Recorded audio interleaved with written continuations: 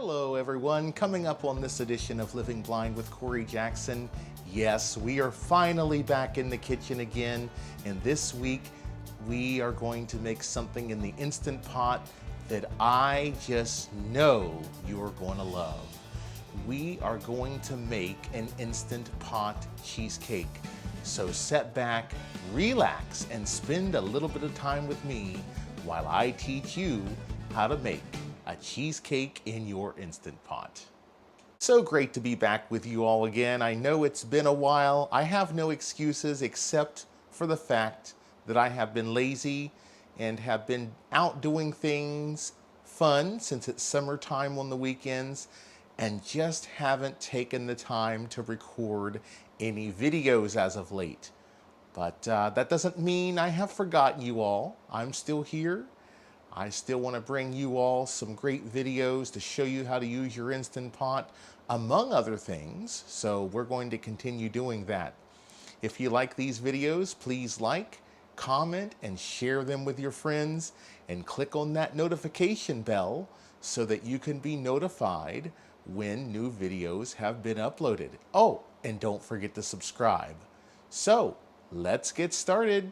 So I don't have the recipe memorized like I do sometimes when I'm going to make a video, but I promise you I will leave the ingredient list in the description. So even though I'm not going to tell you how to make it here, I promise you'll be able to find it out afterwards.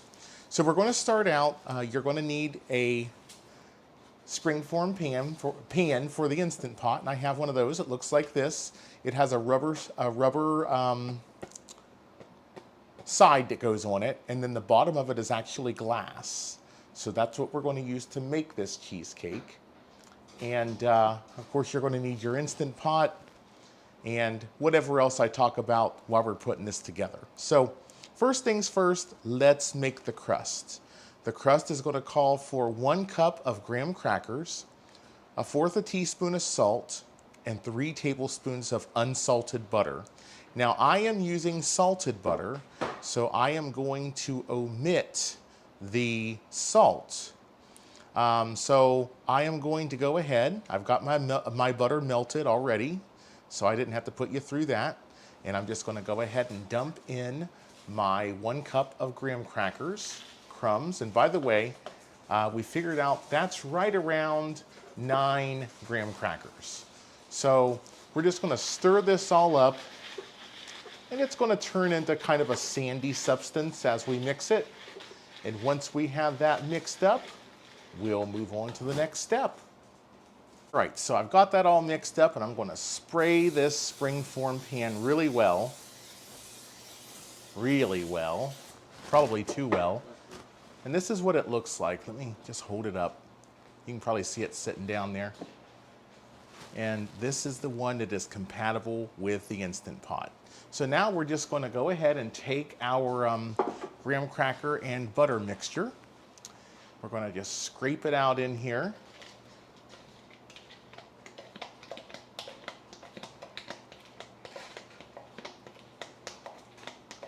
Make sure we get every crumb. And then I'm just going to take my hands and work this into the bottom and up the sides. We have that done, and we're just going to throw it in the freezer while we get our filling prepared. And by the time we're ready to mix that all in, it should be set up and ready to go. For a minute, I didn't think there would be enough butter to do the crust. I thought the 3 tablespoons wouldn't be quite enough, but after messing around with it with my hands for a minute, it really did work out. So now what we're going to do is start working on the filling, as I said. And the first thing you want to put into your stand mixer or just into a bowl to mix with your hand mixer is 2 8-ounce packages of cream cheese. I don't care if it's Philadelphia. I don't care if it's Walmart. You've heard me say time and time again, if it's great value and it's good, it's for me. Walmart should be paying me to say this because I say that just about all my videos. I don't have to have name brand everything. I think most of the time the name brand is just resold as Walmart brand. But anyway, let's add 2 blocks of cream cheese to our mixer. I don't think you'll be able to see this part, but I'm going to move this over here to my stand mixer and turn it on and let it whip for a few minutes. All right, so now I'm going to add 1/4 cup of brown sugar. And we're going to put in 1/2 cup of granulated sugar. And you want to add 1/4 of a cup of sour cream. You're going to add in 1 tablespoon of flour. And finally, you're going to add in a teaspoon of vanilla, which that's about all there is left in this container here. If Chloe didn't use any of it. No. Okay, we're good. And yep, so our teaspoon of vanilla, our tablespoon of flour. We're going to throw this back over here on the stand mixer. And if anybody is using a stand mixer to put this together, be sure to stop and scrape down the sides every once in a while. And we're going to let this mix pretty good here to get all this incorporated together. And I'll be back. And now we're going to add 1/4 teaspoon of salt. And I'm actually not going to measure that because I can pretty well guess how much that is. So I could just put my finger in there and get a little salt and do it. It's okay to do it that way sometimes. If you don't like doing it that way, that's okay. But that's how I like to do it. Finally, we are going to add in 2 eggs. By the way, your eggs and your cream cheese should be at room temperature for best results. I don't know why, but that's just what it says. We're just going to put this back over here, and we're not going to mix it long. We just want these eggs to be incorporated into the mix, but you don't want to overmix once you add your eggs in. So I'm going to put it on here and let it go for 20 seconds or so, and that should be plenty. I'll just take my spoon here and scrape whatever excess there is on these beaters off. I won't get it all off, but a big part of it. And then we're just going to take this mixer bowl and scrape down the side one more time and just kind of manually fold everything in together. And we're almost ready to put our filling on our crust, guys. This is almost done. So I'm going to go over to the freezer. I'm going to get the crust, and I'll be right back. All right, so we have our pan here. Our crust has set up very nicely, and I am going to go ahead and add this filling on top of this crust. By the way, Chloe's in the kitchen with me too. She's making cookies. What kind of cookies are you making, Chloe? Chocolate chip cookies. Now, the thing about these chocolate chip cookies that she's making, they're double chocolate chip, like they're Oreos basically. Chocolate chip Oreos in a way, and you put filling in the middle of them. So she got this kit, and that's what she's in the middle of making.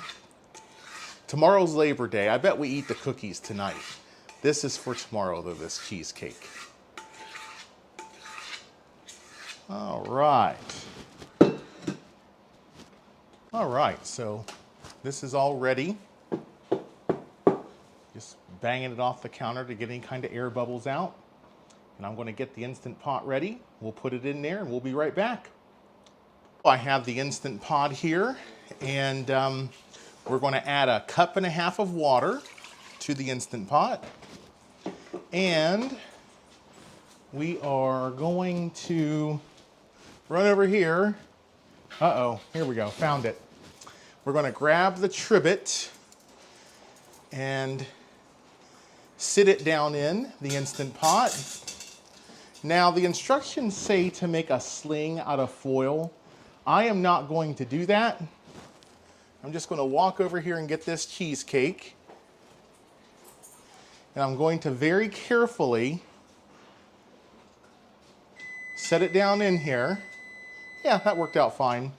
And we're going to put the lid on it, and we're going to cook this on high pressure for 35 minutes, and then we're going to allow it to do a natural release. So once it cooks and the natural release happens, I'll come back and we'll check it out. And the Instant Pot, there was a natural release. It took about, I don't know, 45, 50 minutes total for the cooking time and the natural release. This is the finished product. I'm assuming it will firm up a little bit. Now, when I was pulling this out of the Instant Pot, I did accidentally put my finger in it, so I don't think that did any damage though. But again, I will post the recipe in the description so that you can make one of these if you're interested. I hope you all enjoyed this video. If you're interested in seeing more like this, please don't forget to hit the subscribe button. Click the notification bell so that you will be notified when new episodes are available. Don't forget to share with your friends. And don't forget to leave us a comment and let us know what you think or ideas for future episodes. Thanks for watching, everyone, and have a wonderful Labor Day.